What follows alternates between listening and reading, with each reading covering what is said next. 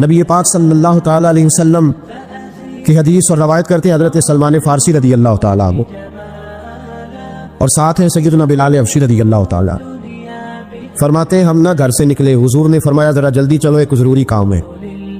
فرماتے ہیں بڑی تیزی کے ساتھ آج روٹین سے ہٹ کر محبوب نے تیز تیز قدم مبارک اٹھائے، تیز تیز، اور فرماتے ہیں ایک گلی ہم نے کراس کی، دوسری گلی میں جو پہنچے تو پھٹے پرانے کپڑے، سادی سی بی بی، اور حالت بتاتی تھی کہ بیچاری کسی غریب گھر کی ہے، وہ سڑک پہ کھڑی تھی اور رو رہی تھی۔ میرے کریم رسول نے فرمایا بلال اسے پوچھو کیا مسئلہ ہے، کیوں روتی ہے؟ تو حضرت سلمان عرض کرتے ہیں میں نے کہا حضور میں پوچھ لیتا ہوں، آپ جائیے، کام بڑا ضروری ہے جو نکلے، میں معلومات کرتا ہوں۔ تو محبوب نے فرمایا نہیں، اس کے آنسو پوچھنے سے ضروری کوئی کام بھی نہیں، پہلے اس کی داد رسی ہوگی، اسے پہلے پوچھا جائے۔ روتے نہیں رہتے لوگ گھروں میں، لوگ گزر نہیں جاتے چپ کر کے، کتنے لوگ تڑپتے، کون احساس کرتا ہے؟ نبی پاک سید عالم صلی اللہ علیہ وسلم رکے اور اس خاتون سے پوچھا کیا بات ہے؟ اس نے کہا کہ بات کوئی بھی نہیں، میرا ایک ہی موٹا سا مسئلہ ہے۔ کہا وہ کیا؟ کہنے لگی میں غریب ہوں، اور غریبی بذات خود بہت بڑا گناہ ہوتی، لوگ بڑا جرم سمجھتے ہیں اس کو بذات خود۔ میں نے شروع میں کہا نا کہ مذہبی سٹیج کی بھی صدارت غریب آدمی نہیں کر سکتا، کیونکہ غریب جو ہوا جہد کول دتی ہونی انہیں نیڑے بیٹھنا ہے نا جی، جہد کول نہیں انہیں تو پیچھے جا کے بیٹھنا ہے، اس کو کہڑا دتی ہے؟ اس اسٹیج پہ بھی غریب آدمی کی صدارت نہیں ممکن، ہو ہی نہیں سکتا۔ میرے رسول پاک سید عالم صلی اللہ تعالیٰ علیہ وآلہ وسلم نے فرمایا پہلے اسے پوچھو کیا مسئلہ ہے۔ وہ کہنے لگی میں غریب ہوں، بوڑھی ہو گئی ہوں، ساری زندگی غلامی میں گزاری ہے، تیل لینے آئی تھی 5 دینار کا، بوتل میں تیل بھروایا ہے، اور اب بوڑھی ہوں نا تو کمر درد کرتی ہے، پیر پیچھے موڑا ہے تو میں گری ہوں، تیل زمین پی گئی ہے، اب زمین تو واپس نہیں کرتی، لیکن واپس جاؤں گی تو ایک یہودی عورت کی ملازمہ ہوں، وہ درے سے مارے گی، کھال ادھیڑ دے گی، میں بڑی پریشان ہوں، اب نہیں مار کھائی جاتی، ہڈیاں بوڑھی ہیں، قربان جاؤں۔ حضرت بلال کو حضور نے حکم دیا، فرمایا دوڑ کے گھر جا 5 دینار لا۔ فرماتے 5 دینار لائے، تیل خرید کے دیا، وہ پھر رونے لگی۔ فرمایا آپ کیوں روتی ہے؟ اس نے کہا بتایا نا غریب ہوں، غریب کا جرم کوئی نہیں ہوتا، لیکن پیس دیا جاتا ہے، پھر بھی مار تو اب بھی پڑے گی، اب کیوں پڑے گی؟ تو عرض کرنے لگی محبوبہ مار اس لیے پڑے گی کہ دیر سے کیوں آئی ہے۔ تو میرے کریم رسول اور وہ بی بی حضور ابھی آئے ہیں مدینہ طیبہ، امام یوسف صالحی فرماتے ابھی آئے تھے حضور، سبل الہدی والرشاد کے مصنف کہتے ابھی آئے تھے نبی پاک، وہ جانتی بھی نہیں تھی۔ تو سید عالم صلی اللہ تعالیٰ علیہ وسلم نے فرمایا اچھا مار پڑے گی؟ کہاں؟ او بھائی کونسلر جو کل آپ کو کہہ رہا تھا نا میں آپ کا خادم ہوں، کونسلر بے گناہ، بلکہ ہمارے ایس ایچ او صاحب اگر چودھری پہ پرچہ آ جائے تو اس کو ٹیلی فون کر کے پوچھتے ہیں صاحب جی تہاڈے خلاف درخواست آئی ہے، کی کرنا ہے؟ تو غریب آدمی بیچارہ، اس کی غلطی یہ تھی کہ وہ غریب تھا تو اس نے ریڑھی لگا لی چوک میں، اس کو دبوچ کے لے گئے، تینوں پتہ نہیں تھے نہیں کھلوئی دا، اس کے پاس کل انویسٹمنٹ ہی 5000 تھی، سارا لے گئے۔ پھر وہ کونسلر صاحب کے پاس چلا گیا، سر میرے نال چلے آ جائے ذرا میں تھانے جانا ہے، انہوں نے کہا گاڑی کرائی آ، پیسے ہیں نہیں ہمیں تھانے جائیے۔ اب وہ گاڑی لایا ہے، پتہ نہیں کہاں سے لایا ہے، تھانے پہنچا ہے، اور یہ ہے ہمارا حال کہ وہ ایس ایچ او بھی بیٹھا ہے کرسی پہ اور کونسلر بھی کرسی پہ بیٹھا ہے، اور وہ غریب پیروں میں بیٹھا ہے اور ہاتھ باندھ کے کہہ رہا میری ریڑھی دے چھڈو، میری 4 تھیا نے تو میں شامی کھانا کھانا۔ کدھر گیا امت کا وہ ذوق؟ ساری زندگی نعتیں سننے والوں بتاؤ تو صحیح، نعت نے تاثیر کیا دی ہے روح؟ اگر ابھی بھی گھاڑی غریب کے پاس کھڑی نہیں ہوتی تو پھر کیا اثر ہوا ساری زندگی نعت سننے کا؟ میرے مصطفیٰ کریم سید عالم صلی اللہ تعالیٰ علیہ وسلم نے فرمایا اس خاتون سے، یہاں کونسلر ساتھ نہیں جاتا، کہتا ہے کر دیا ٹیلی فون، سویرے 9 بجے پہنچ جانا۔ پر کائنات کی سب سے معزز شخصیت حضرت سیدنا بلال حبشی رضی اللہ تعالیٰ عنہ فرماتے ہیں میرے نبی پاک نے فرمایا بی بی چل میں تیرے ساتھ چلتا ہوں، گویا اللہ کی ساری رحمتیں اس کے ساتھ ساتھ چلنے لگی، اور آگے آگے نہیں، ساری کتابیں پڑھ لو، وہ پھٹے پرانے کپڑوں والی بی بی آگے آگے اور اللہ کے کریم رسول پیچھے پیچھے، ساری گلیاں اس نے پھرائی، مدینے کی صحرا آ گیا، ایک دروازے پہ دستک دی، سے مالکن آئی، وہ بی بی بعد میں کہتی ہے میں بھی بڑی ڈاڈی تھی، طاقت ہی نہیں تھی میرے سامنے کو کھڑا ہو سکے، لیکن جب میں باہر نکلی تو میں نے نور کے حالے میں لپٹی ہوئی ایک عظیم ہستی کو دیکھا۔ فرماتے محبوب کے گورے چٹے رنگ کے اوپر کالی زلفیں اور محبوب پاک کی مقدس آنکھیں جب تک بات کرتے رہے نظریں زمین پہ جھکی رہی۔ شرم و حیا والے رسول نے بڑے میٹھے، بڑے دھیمے، بڑے خوبصورت لہجے میں کہا، بریلی کے امام فرماتے ہیں نیچی نظروں کی شرم و حیا پہ درود، بڑے دھیمے لہجے میں فرمایا تیری نوکرانی ہے، تیری عورت کہتی ہے میں تو حضور کے جلووں میں محب ہو گئی کہ سادگی میں اتنا حسن میں نے دیکھا ہی نہیں، تیری نوکرانی ہے؟ کہا میرے محبوب نے فرمایا بیچاری کی غلطی کوئی نہیں، اسے مارنا نا، اس سے تیل گر گیا تھا، نیا خریدتے دیر ہو گئی، رو رہی تھی تو میں سفارش کرنے آیا ہوں۔ وہ خاتون کہتی ہے کسی کی نہیں مانی تھی، پر محبوب کے جملوں میں تاثیر اتنی تھی، ککھ سواد نہیں مشری اندر، اسا کھنڈا میں چکھ ڈٹھیاں، اے نظاریاں شہوہ نالو گلہ سجن دیا مٹھیاں۔ فرماتے نبی پاک صلی اللہ تعالیٰ علیہ وآلہ وسلم نے فرمایا کچھ نہ کہنا، کہنے لگی نہیں کہتی، میرا وعدہ رہا، کچھ نہیں کہوں گی۔ اب میرے حبیب نے پھر نظر اٹھائی اور اس غریبنی کی طرف دیکھا اور فرمایا تو اگر کہے تو میں جاؤں، تو اگر کہے تو میں خود بھیک دے، خود ہی کہے منگتے کا بھلا ہو، تو اگر کہے تو میں جاؤں۔ اس نے خراج پیش کیا تو چاند آنسو گرائے، کہنے لگی محبوبہ جیسے بندہ نوازی۔ حضور نے رخ پھیرا، حضرت بلال کہتے میں پیچھے رہ گیا، میں پیچھے رہ گیا تو وہ دونوں بیویاں دوڑ کے میرے پاس آئی، کہنے لگی بتا تو صحیح ہے کون، یہ بتا تو صحیح کون تھے؟ تو حضرت بلال کہنے لگی تم نہیں جانتے؟ جناب بلال فرمانے لگے یہی تو ہیں جنہیں اللہ نے سچا رسول بنا کے بھیجا ہے۔ بیبیاں دوڑ کے آئی، کہنے لگی محبوبہ دروازے تک آئے ہو تو خالی تو نہ لوٹاؤ، مہربانی فرماؤ ہمیں بھی کلمہ پڑھا دو۔ ایک واقعہ سناتا ہوں خواجہ معین الدین اجمیری کا۔ عطائے رسول ہند الولی حضرت خواجہ معین الدین اجمیری رحمت اللہ تعالیٰ علیہ، میرے حضرت صاحب فرمایا کرتے ہیں ہم کٹر قادری ہیں، پر ہم کھل کے یہ بات مانتے ہیں کہ ہندوستان کے بادشاہ کا نام معین الدین اجمیری ہے، یہ ببانگے دول مانتے ہیں۔ بہرحال ہند الولی حضرت خواجہ ہے اجمیری ہے۔ خواجہ اجمیری جب نئے نئے آئے نا یہاں اجمیر شریف میں، آپ نے خیمہ لگایا تھا، کپڑے کا خیمہ لگا کے اس میں رہتے تھے۔ تو ایک نوجوان تھا وہ باہر رہتا تھا اجمیر سے، تو وہ آیا کچھ دنوں کے لیے، پڑھائی سے فارغ ہو کے، اجمیر کا رہنے والا تھا لیکن باہر رہتا تھا۔ جب یہاں آیا نا وہ عصر کے بعد وہ گزرتا خواجہ اجمیری کے خیمے کے سامنے سے، جھونپڑی کے سامنے سے، تو خواجہ صاحب عصر کے بعد بیٹھ کے رویا کرتے تھے۔ عاشق دا کام نہیں رونا تونا، بنا رویو نہیں منظوری، اے عاشق سدا ہی روندا رہندا پاوے وصل ہوئے تے پاوا دوری، رویا کرتے۔ تو نوجوان بڑا سادہ سا تھا، بچپن میں والد فوت ہو گئے، صرف ماں ہی ماں تھی۔ ایک دن اماں سے جا کے کہنے لگا یہ مسلمانوں کا سادھو روتا کیوں ہے؟ اماں کہنے لگی مجھے کیا پتا۔ بچہ کہتا میرے اندر تجسس بڑھ گیا کہ بابے سے پوچھوں تو صحیح کیوں روتا۔ 2 4 5 10 دفعہ میں گزرا، ایک دن بے چین ہو کے میں کمرے میں چلا گیا اجرے میں، تو میں نے کہا بابا کیوں روتے ہو؟ کہنے لگے مجھے اپنے شیخ کی یاد آتی، مجھے یاد آتی۔ تو وہ بچہ کہتا مجھے اس وقت تک پتہ نہیں تھا کہ محبت میں بھی رویا جاتا ہے، میں سمجھتا تھا رونا صرف دکھوں میں آتا ہے، شیخ کی یاد آتی۔ حضرت عائشہ صدیقہ رضی اللہ تعالیٰ عنہ فرماتی ہے جس دن نبی پاک صلی اللہ علیہ وسلم رات کے وقت ہمارے گھر آئے نا، اور حضور نے فرمایا ابو بکر چل تم نے میرے ساتھ مدینے جانا ہے، تو میں نے جناب صدیق اکبر کو روتے دیکھا، تب مجھے پتا چلا کہ محبت میں بھی بڑا رونا آتا ہے، محبت میں بھی رویا جاتا ہے۔ فرماتے خواجہ اجمیر کہ وہ نوجوان کہنے لگا بابا پیار میں بھی رویا جاتا ہے؟ کہا ہاں۔ کہنے لگا میں نے بھی رونا ہے۔ تو آپ فرمانے لگے 2 شرطیں ہیں کہ کلمہ پڑھ جا، دوسرا میرا مرید ہو جا، آ جائے گا رونا۔ کہتے بس لوش ہی لگ گئی، کبھی آنسو دیکھے ہی نہیں تھے۔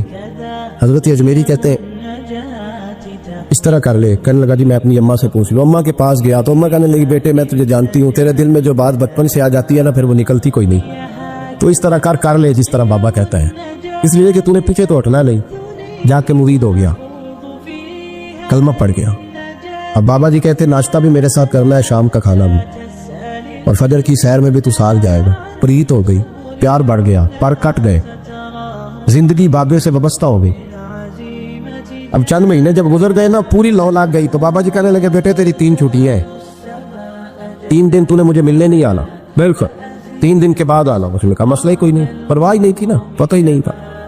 تو وہ چلا گیا گھر، صبح سے شام تک رہا۔ شام کو اماں نے روٹی دی تو 3 روٹیاں کھایا کرتا تھا، اب ایک لقمہ بھی نہ توڑا جائے۔ اماں کہتے بیٹے خیر ہے؟ اماں جی پتہ کوئی نہیں، کو اندر کمی ہے کسی چیز کی، کوئی خبر نہیں، پتہ کھلا۔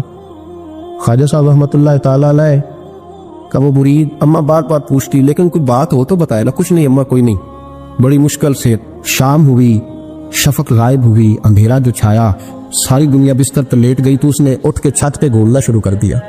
بچہ نہ سوئے تو اماں کیسے سوئے؟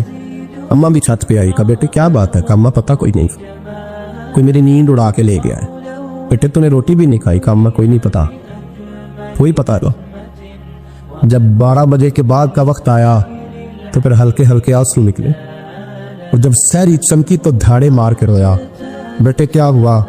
انہوں نے کہا اماں میں نے بابا جی کے پاس جانا ہے، اسے کہہ مہربانی کرے، میں نے یہ جدائی میرے بس کا روگ نہیں، اب نہیں میں نہیں رہ سکتا۔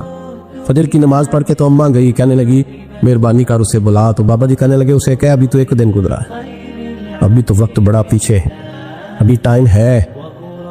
بس اگلے دن کی جو شام ہوئی تو ماں کے قدموں میں گر گیا، کہنے لگا خدا کا واسطہ اسے کہو میرا نہیں گزارا ہوتا، اب نہیں، اب عادی ہو گیا ہو، اب اگر اس کی دید کا نشہ نہ ملا تو مر جاؤ۔ حضرت اجمیری رحمت اللہ علیہ کے پاس اماں روتی ہوئی آئی، کہنے لگی بابا مجھے نہیں پتا تیرا اس کا رشتہ کیا ہے، میں تو ماں ہوں، اس کے آنسو گرتے ہیں تو میرا کلیجہ پھٹتا ہے، وہ جب روتا ہے تو میری جان نکلتی ہے، مہربانی کر اسے دید کا نشہ دے، میرا بیٹا ہے بلکتا ہے دیکھا نہیں جاتا۔ جب یہ لفظ کہے تو آپ فرمانے لگے ماں تو اویس کرنی کی ہو تو میرے رسول دیدار منع کر دیتے ہیں، تو ماں بن کے آئی ہے تو تجھے کیسے روک دوں؟ فرمایا جا اسے کہہ آ جائے۔ اب وہ وہاں سے نکلا تو دوڑا آیا اور آ کے کھڑا ہوا تو حضرت اجمیری مریدوں کو سبق پڑھا رہے تھے، کتاب کھلی ہوئی، بات ہو رہی تھی مریدوں کے ساتھ گفتگو ہو رہی۔ وہ آ کے کھڑا ہو گیا، ایک نظر یوں اٹھائی تو دروازہ بڑی دیر سے کھڑا، یوں نظر اٹھائی اس کی طرف دیکھا، بس دیکھا ہی تھا کہ وہ دھاڑے مار کے رونے لگا۔ تو حضرت اجمیری نے مسکرا کے ایک جملہ کہا، فرمایا پتہ چل گیا محبت میں بھی رونا آیا کرتا ہے، پتہ چل کے دوڑ کے قدموں میں آیا۔ تو لوگ کہتے ہیں جب وہ آیا نا تو آنسو حضرت اجمیری کے بھی نکل گئے، رو پڑے، آہیں نکلی، فرمانے لگے بیلیا رات سویا نہیں نا؟ کہا حضور نہیں۔ فرمایا میں بھی نہیں سویا، تو اگر بیدار تھا تو کل شام روٹی نہیں نہ کھائی؟ حضور نہیں کھائی۔ فرمایا میں نے بھی کوئی نہیں کھائی، یہ محبت دو طرفہ ہوتی ہے، یک طرفہ تھوڑی ہوتی، اگر تو نے نہیں کھائی تو میں نے کب کھائی؟ میرے بھائی ہمارے مشائخ نے محبت کی زنجیروں میں باندھا مریدوں کو، بند گزارے نہیں ہوتے تھے، وقت نہیں گزرتا، صبح اور شام میں وابستہ رہتی تھی، کوئی پابندی نہیں تھی ان پر، ان کی طرف سے کوئی جبر نہیں تھا، لیکن یہ غنگ، یہ انداز، یہ ڈھنگ، پھر جو شیخ کی یاد میں رونا سیکھ جاتا تھا نا اس کے لیے مدینے کی یاد میں رونا آسان ہو جاتا۔ اعلیٰ حضرت نے کتاب لکھی ہے لمن والعلا، اس میں آپ فرماتے ہیں جو حضور کی پناہ میں آ جاتا ہے نا وہ بچ جاتا ہے۔ اللہ کرے آپ کو سمجھ آئے میری بات کی، جو حضور کی پناہ میں آ جاتا ہے وہ، جو دنیا دار رہتا ہے، مالدار رہتا ہے، حضور کی پناہ میں نہیں آتا وہ بے سکون رہتا ہے۔ فرماتے ہیں یہاں دنیا میں بھی حضور کی پناہ میں آ جاؤ، آج لے ان کی پناہ۔ اور آج دلیل آپ نے ابن ماجہ کی حدیث لکھی ہے، حضرت تمیم داری حدیث کے راوی ہیں، اعلیٰ حضرت نے لکھی ہے، فرماتے ہیں جو حضور کی پناہ میں آیا بچ گیا۔ دلیل دیتے ہیں، فرمایا انسان جانور بھی آتے تھے تو بچ جاتے۔ حضرت تمیم داری رضی اللہ تعالیٰ عنہ فرماتے ہیں کہ ہم کھڑے تھے، ایک اونٹ دوڑتا ہوا آیا، نبی کریم صلی اللہ علیہ وسلم کے پہلے اس نے قدموں پہ سجدے کیے، صحابہ کہنے لگے تو ہمیں بھی اجازت دیں، فرمایا وہ تو بے زبان ہے، اسے تو پتہ کوئی نہیں، پیش نظر ہے وہ نو بہار، سجدے کو دل ہے بے قرار، روکیے سر کو روکیے یہی تو امتحان ہے۔ فرمایا اسے کیا پتا، تم تو مکلف ہو شریعت کے، تمہیں اجازت نہیں ہے۔ اور اعلیٰ حضرت نے 2 ٹوک لکھا ہے، فرمایا سوائے خدا کے کسی کو تعظیمی سجدہ بھی حرام ہے، یہ نوٹ کر لیں میری بات۔ اور اعلیٰ حضرت نے فتاوی رضویہ میں لکھا ہے کسی قبر پہ جاؤ تو 4 ہاتھ دور کھڑے رہو، اللہ کرے آپ کو سمجھ آئے، کتنے ہاتھ؟ 4 ہاتھ دور کھڑے رہو، سورۃ فاتحہ پڑھو، درود شریف پڑھو، جس قبر پہ گئے ہو ان کی روح کو اصال ثواب کرو، ان کے وسیلے سے دعا مانگو۔ اعلیٰ حضرت فرماتے ہیں قبر کو سجدہ بالاتفاق حرام ہے، طواف قبر کا کرنا بالاتفاق حرام ہے، بوسہ لینے میں اختلاف ہے کہ جائز ہے کہ ناجائز ہے، لیکن بوسے سے بھی چونکہ شک پڑتا ہے تو فرماتے ہیں احمد رضا کی رائے یہ ہے کہ بوسہ لینے سے بھی بچا جائے۔ وہ آ گیا تو اس سے اگلی باتیں کرتا ہے، بس خاموش رہ، باادب رہ اور پیچھے رہ۔ تو حضرت تمیم داری کہتے ہیں یہ حدیث اعلیٰ حضرت نے لکھی ہے لمن والعلا میں، فرماتے ہیں کہ اونٹ نے پہلے سجدہ کیا، قدم چومے، پھر اس نے حضور کے کان میں کوئی بات کہی، روزے دے دوالے نے غلاماں دیاں ٹولیاں، ایک پیا سندا ہے کروڑاں دیاں بولیاں، یعنی اونٹ نے بات کی تو حضور نے وہ بھی سن لی۔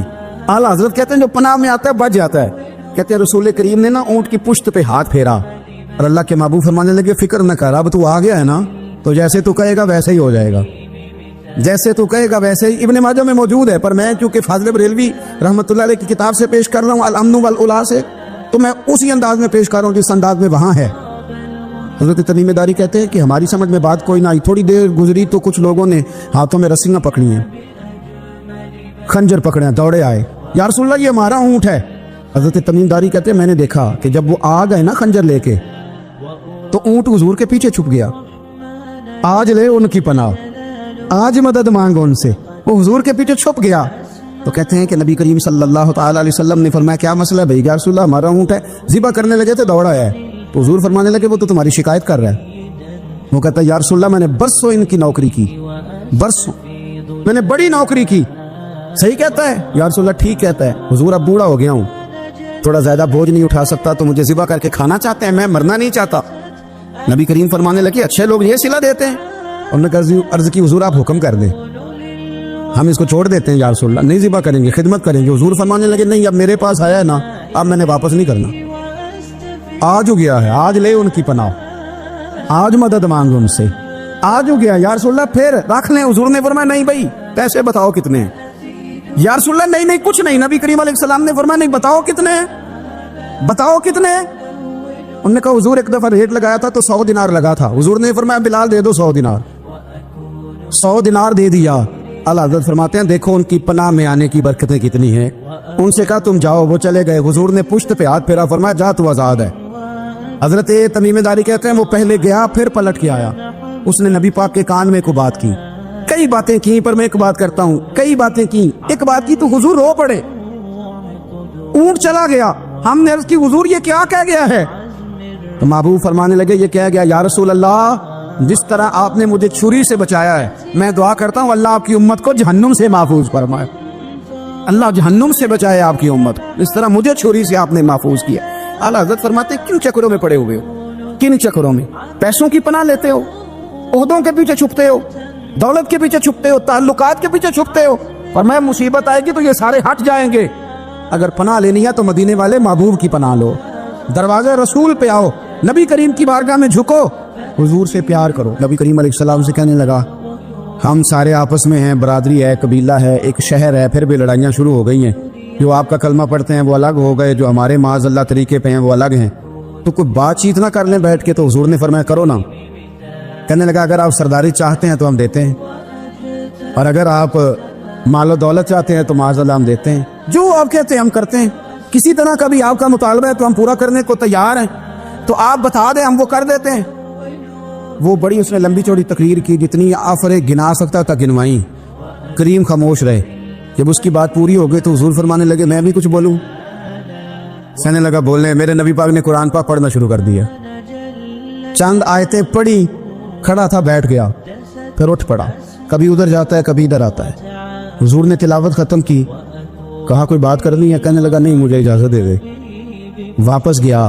جب گیا نا تو ابو جہل دور سے دیکھ کے کہنے لگا جو گیا تھا وہ تو عتبہ تھا، اور یہ جو آ رہا ہے یہ کوئی اور ہے، یہ کوئی اور ہے، یہ وہ نہیں ہے جو گیا تھا.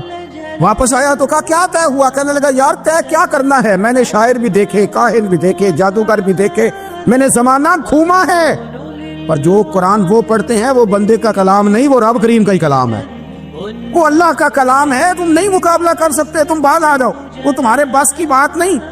تیرے آگے ہیں یوں دبے لچے فصحا عرب کے بڑے بڑے، کوئی جان منہ میں زبان نہیں بلکہ جسم میں جان نہیں، اور کروں تیرے نام پہ جان فدا. نہ بس ایک جان دو جہاں فدا، میرا دو جہاں سے بھی نہیں جی بھرا، میں کروں کیا کروڑوں جہاں نہیں. طفیل بن عمر دوسی مکہ شریف آئے تجارت کے لیے، پہلے بھی آیا کرتے تھے. کہتے ہیں میں بہترین شاعر تھا، مکے آیا سامان بیچتا تھا، کچھ خرید کے لے جاتا تھا. ابو جہل مجھے کہنے لگا تو ہمارا دوست ہے، پرانا سجن ہے، تیرا آنا جانا ہے، اور تجھے یہاں اس شہر میں چونکہ تو ہمارا مہمان ہے تو ہر بات سے آگاہ کرنا ہمارا ذمہ داری ہے. یہاں ایک شخص ہے محمد ابن عبداللہ، محمد ابن عبداللہ صلی اللہ تعالی علیہ وسلم اعلان نبوت کرتے ہیں، اور معاذ اللہ شاعر ہیں، جادوگر ہیں، ان کی تو نے بات نہیں سننی. کہتا میں نے کہا مجھے کیا ضرورت ہے، میں نے چند ہفتے ٹھہرنا ہے، مال بیچنا ہے، کچھ خریدنا، چلے جانا ہے، مجھے کیا ضرورت ہے. کہا اچھا میں نہیں سنوں گا بات. کہتا مجھے نظر آئے کئی دفعہ حضور، اور جہاں حضور ہوتے تھے میں قریب ہی نہیں جاتا تھا. کہتے ہیں ایک دن نا حرم شریف میں سادے سے کپڑے اور پاؤں میں سونے جوتے اور سر پہ یوں امامہ کے جیسے فرشتے بھی جھک جھک کے زیارت کرتے. کہتے ہیں کہ نور بھرے کیفیات حضور تشریف لائے، اور تشریف لا کے رسول کائنات علیہ السلام حرم کعبہ کے ساتھ ٹیک لگا کے بیٹھ گئے. سر سے لے کر پاؤں تک تنویر ہی تنویر ہے. حضور تشریف فرما ہوئے، قرآن پاک پڑھنے لگے. میں جب حضور کے قریب سے گزرتا تھا تو کانوں میں روئی دے کے گزرتا تھا، پر طفیل کہتے ہیں آج نہ تھوڑی سی آواز میرے کانوں میں گئی. قرآن پڑھا محبوب نے. اور ویسے بھی کیا کمال ہوگا جب یاسین والے نبی خود یاسین پڑھتے ہوں، جب طٰہٰ والے نبی اپنی زبان سے طٰہٰ کی تلاوت کرتے. والضحیٰ واللیل اذا سجا جن کے بارے میں آیا جب وہ تلاوت کرتے ہوں. الم نشرح لک صدرک جن کے سینے کی تعریف اللہ نے کی، جب وہ ان آیتوں کی تلاوت کرتے ہوں گے تو کیا شان ہوگی. جن کو رب کہے وَلَسَوْفَ يُؤْتِيكَ رَبُّكَ فَتَرْضَىٰ، حبیب تجھے اتنا دوں گا کہ تو راضی ہو جائے گا. تو جب حضور خود یہ آیتیں پڑھتے ہوں گے تو انداز کیا ہوتا ہوگا. کہتے وہ تھوڑی آیتیں سنی پر قربان جائیں میرا تو دل ہی بدل گیا. میں بڑا بہترین شاعر تھا، لفظوں کے تراشے مجھے خوب آتے تھے، الفاظ کے بام و در سے میں آگاہ تھا، اچھا ادب میں جانتا تھا، پر میں نے کہا یہ کلام، یہ انداز، لو انزلنا ھذا القرآن علی جبل لرأیتہ خاشعا متصدعا من خشیۃ اللہ، یہ انداز پتھروں پہاڑوں پہ جائے تو وہ ریزہ ریزہ ہو جائیں. کہتے ہیں تھوڑا سا پڑا قریب نے اور پھر نظریں جھکائے ہوئے. حضور اپنے گھر گئے، سرکار چلے تو میں پیچھے پیچھے. حضور گھر میں چلے گئے تو میں نے دروازے پہ دستک دی، باہر آئے، سلام لی. میں نے کہا محبوبہ وہ جو آپ پڑھ رہے تھے تھوڑا اور نہیں سنا دیتے، تھوڑا اور نہیں تلاوت کر دیتے. کہتے ہیں رسول پاک نے نہ پھر قرآن پڑھنا شروع کیا. میں کبھی بیٹھتا تھا کبھی اٹھتا تھا. جب حضور نے تلاوت مکمل کی تو میں نے آگے بڑھ کے ید اللہ والا ہاتھ تھاما اور دست مبارک پکڑ کے کہا سونیا، یہ مجھے کہتے تھے نہ سننا، میں نے زمانہ دیکھا ہے، میں کوئی عام آدمی نہیں، میں سردار ہوں، میں نے دنیا دیکھی ہے، مجھے قسم ہے جو آپ کی زبان سے نکل رہا ہے وہ بشر کا کلام نہیں. آپ مجھے کلمہ پڑھائے میں مسلمان ہونا چاہ کر. بڑے بڑے کفل ٹوٹے. حضرت عمر بھی آئے تو آئے قرآن کی تاثیر کی برکت سے. حضرت صدیق اکبر نا اپنے گھر کے سین میں بیٹھ کے قرآن پاک پڑھتے تھے تو رویا کرتے تھے، روتے تھے. مکے کے کچھ سردار کٹھے ہو کے نبی کریم کی بارگاہ میں گئے، کہنے لگے ایک تو صدیق اکبر کو منع کریں کہ قرآن اونچا نہ پڑھا کرے، اور اگر اونچا پڑھنا ہے تو پھر اسے کہیں پڑھ کے رویا نہ کرے. حضور نے فرمایا اپنے گھر میں بیٹھ کے پڑھتا ہے روتا ہے، تمہیں کیا؟ یا رسول اللہ یہ ابو بکر صدیق جب قرآن پاک کی تلاوت کر کے روتے ہیں نا تو ہماری بچیاں بھی رونے لگتی ہیں، ہماری عورتیں گھر کا کام کر چھوڑ کے تو صدیق اکبر کے دروازے پہ کھڑی ہو کے روتی رہتی. حضور ان سے کہیں یہ قرآن سے جو شغف ہے ان کا، کہاں گئے مسلمان جو قرآن پڑھنے والے تھے، کدھر گئے؟ سارا کچھ ہی ہمارا موبائل لے گیا. میں کس طرح یہ بات بیان کروں کہ کچھ لوگوں نے رمضان میں بھی قرآن پاک ایک بھی ختم نہیں کیا، رمضان شریف میں بھی ایک قرآن پاک کی توفیق نہیں، لے گیا سارا کچھ ہماری خوش گپیاں. کمال ہو گئی، ہم نے سوچا ہی نہیں، فکر ہی نہیں کی. سنگیوں واپس آؤ، قرآن پاک سے پیار کرو، قرآن پاک سے محبت کرو، قرآن کی تعلیم حاصل کرو. لوگ کہتے ہیں میں بوڑھا ہو گیا ہوں، زبان موٹی ہو گئی ہے، قرآن کیسے سیکھوں؟ 38.5 سال کی عمر میں کلمہ پڑھا حضرت صدیق اکبر نے. کچھ صحابہ ان سے بھی عمر میں زیادہ تھے، تو بڑی عمر میں دین سیکھا کہ چھوٹی عمر میں سیکھا؟ ہمیں کیا ہو گیا ہے؟ قرآن پاک کی طرف توجہ کرو. میرے نبی پاک علیہ السلام نے فرمایا اس قرآن کی برکت سے اللہ قوموں کو عروج عطا کرے گا، اس کی برکت سے ہی قوموں کو زوال ہوگا. حضرت عائشہ صدیقہ کہتی ہیں حضور رات کو نماز کی نیت باندھتے تھے تو ایک ہی آیت پڑھتے تھے ساری رات، ایک ہی آیت پڑھتے رہتے تھے، روتے رہتے تھے. اور جب حضور روتے تھے تو جس طرح ہنڈیا ابلے تو آواز آتی ہے، اس طرح حضور کے سینے سے آواز آتی تھی. جبیر بن مطعم کہتے ہیں میں بدر کے قیدیوں کے بارے میں بات کرنے آیا حضور سے، نبی پاک مغرب کی جماعت کرا رہے تھے. جب میں مدینے پہنچا تو مسجد نبوی کے باہر کھڑے ہو کے میں نے حضور کی تلاوت سنی. فرماتے ہیں بس میں تو بات کرنے آیا تھا نا، تو وہ آیتیں سنی تو مجھے یوں لگا مجھ پہ بجلیاں گر رہی. کون ہے جو میرے دل کے کفر اور کفل دھو رہا ہے؟ بس قرآن سنتا گیا اور رب مجھے ایمان کی توفیق عطا فرماتا گیا. میں نے کلمہ پڑھ لیا، مسلمان. قرآن ہی ہمارے ہر مسئلے کا حل ہے. میں کیا کروں؟ قرآن پڑھتے ہیں ہمارے ہاں پر قبروں پہ پڑھا جاتا ہے، پر ختموں پہ. کیا قرآن پاک کا یہ حق نہیں تھا کہ وہ شادی والے دن بھی پڑھا جاتا؟ کیا قرآن پاک کا یہ حق نہیں تھا کہ وہ اسمبلی میں بھی پڑھا جاتا؟ قرآن پاک نہ شکایت کر رہا ہے، شکایت کرتا ہے کہ ان لوگوں نے نا مجھے ختموں پہ پڑھا ہے، اسمبلی میں نہیں پڑھا. وزیر اعظم کے خطاب سے پہلے تلاوت ہوتی ہے تو یہ تلاوت کے بعد یہ اعلان کیوں نہیں کرتے کہ ہم کریں گے وہ جو قرآن کہے گا؟ صدر کے خطاب سے پہلے تلاوت کراتے ہو تو یہ کیوں نہیں کہتے کہ اب ہوگا وہ جو قرآن کہہ رہا ہے؟ اسمبلی کا اجلاس تلاوت قرآن پاک سے شروع کرتے ہو تو یہ بھی تو کہو نا قرآن کے مطابق فیصلے ہوں گے. عدالتوں میں قسمیں اٹھانے کے لیے قرآن رہ گیا ہے، اس پہ ہاتھ رکھ کے کہو جو کہوں گا سچ کہوں گا. آج کے بعد وکیل بھی ہاتھ رکھے نا قرآن پاک پہ، جج بھی ہاتھ رکھے قرآن پاک، گواہ بھی رکھے، ملزم بھی رکھے، اور مدعی بھی بتائے کہ اس نے پرچہ صحیح درج کرایا، اس نے صحیح درج کرایا، نام صحیح لکھوائے، اور یہ سارے بتائیں جج سے لے کر ملزم تک کہ ہم فیصلہ وہ کریں گے جو قرآن پاک نے ہمیں کہا. صرف قسموں کے لیے رہ گئے. 2 صورتیں پڑھنی نہیں آتی اور تم بیچ میں قرآن پاک کو لا کے قسمیں اٹھاتے ہو. وہ تاجر جو دکان شروع کرنے سے پہلے تلاوت کراتا ہے، کس لیے کراتا ہے؟ کہ میں تجارت قرآن پاک کے مطابق کراؤں گا، اس لیے کراتا ہے۔ وہ تو کہتا ہے ذرا دکان صحیح چلے، ذرا برکت آ جائے۔ برکت میری تلاوت کرانے سے نہیں آئے گی، قرآن کے مطابق تجارت کر، پھر زیادہ برکت آئے گی۔ نبی پاک صلی اللہ تعالی علیہ وسلم کی حدیث اور روایت کرتے ہیں حضرت سلمان فارسی رضی اللہ تعالیٰ عنہ، اور ساتھ ہیں سیدنا بلال حبشی رضی اللہ تعالیٰ۔ فرماتے ہیں ہم نہ گھر سے نکلے، حضور نے فرمایا ذرا جلدی چلو، ایک ضروری کام ہے۔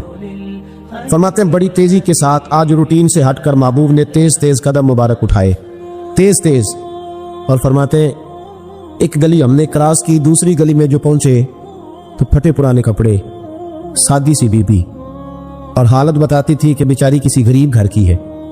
وہ سڑک پہ کھڑی تھی اور رو رہی تھی۔ میرے کریم رسول نے فرمایا بلال اسے پوچھو کیا مسئلہ ہے، کیوں روتی ہے؟ تو حضرت سلمان عرض کرتے ہیں میں نے کہا حضور میں پوچھ لیتا ہوں، آپ جائیے، کام بڑا ضروری ہے جو نکلے، میں معلومات کرتا ہوں۔ تو محبوب نے فرمایا نہیں، اس کے آنسو پوچھنے سے ضروری کوئی کام بھی نہیں، پہلے اس کی داد رسی ہوگی، اسے پہلے پوچھا جائے گا۔ روتے نہیں رہتے لوگ گھروں میں، لوگ گزر نہیں جاتے چپ کر کے؟ کتنے لوگ تڑپتے، کون احساس کرتا ہے؟ نبی پاک سید عالم صلی اللہ علیہ وسلم رکے اور اس خاتون سے پوچھا کیا بات ہے؟ اس نے کہا کہ بات کوئی بھی نہیں، میرا ایک ہی موٹا سا مسئلہ ہے۔ کہا وہ کیا؟ کہنے لگی میں غریب ہوں، اور غریبی بذات خود بہت بڑا گناہ ہوتی، لوگ بڑا جرم سمجھتے ہیں اس کو بذات خود۔